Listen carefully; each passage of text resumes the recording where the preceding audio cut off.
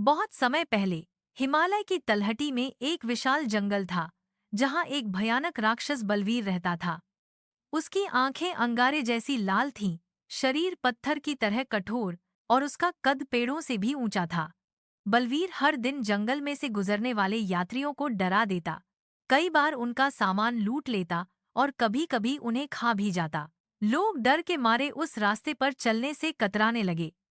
पास के गांवों में लोग बच्चों को डराने के लिए कहते, अगर तुमने पढ़ाई नहीं की या माता पिता की बात नहीं मानी तो बलवीर आ जाएगा।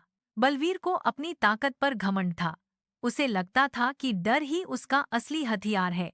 लेकिन वह भीतर से बहुत अकेला था। कोई उसका दोस्त नहीं था और उसे कभी किसी ने प्रेम से नहीं देखा। एक दिन एक छोटा बालक आर्यन अपने माता पिता के साथ दूसरे गांव जा रहा था। अचानक रास्ते में बलवीर सामने आ गया।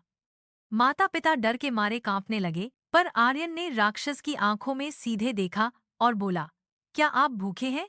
हमारे पास रोटियां हैं, आप चाहें तो खा सकते हैं। बलवीर चौंक गया। उसने पहली बार किसी इंसान को बिना डरे अपने सामने बोलते देखा था। वह धीरे से बैठ गया। आर्यन ने अपना टिफिन खोला और उसमें से गरम रोटियां निकालकर बलवीर को दीं। बलवीर की आंखों में आंसू आ गए। उसने धीमे स्वर में कहा, कभी किसी ने मुझे इस तरह नहीं देखा। मैं तो हमेशा राक्षस ही कहलाया हूँ। आर्यन मुस्कुराया और बोला, शायद आपने आज तक किसी को दोस्त बनाने का मौका ही नहीं दिया। उस दिन के बाद बलवीर बदलने लगा। वह अब राहगीरों की मदद करने लगा। कभी किसी का सामान उठा देता, कभी बच्चों को झूले झुलाता। गांव वाले पहले डरते रहे, पर धीरे धीरे उन्हें विश्वास होने लगा कि बलवीर अब पहले जैसा नहीं रहा। एक बार पास के राज्य पर डाकुओं ने हमला कर दिया। गांव वाले डर से भागने लगे। बलवीर ने यह देखा तो अकेले ही डाकुओं का सामना करने निकल पड़ा। उसने अपनी ताकत से डाकुओं को भगा दिया और गांव को बचा लिया। अब वही लोग जो कभी उसे पत्थर मारते थे, उसके लिए फूल लेकर आए।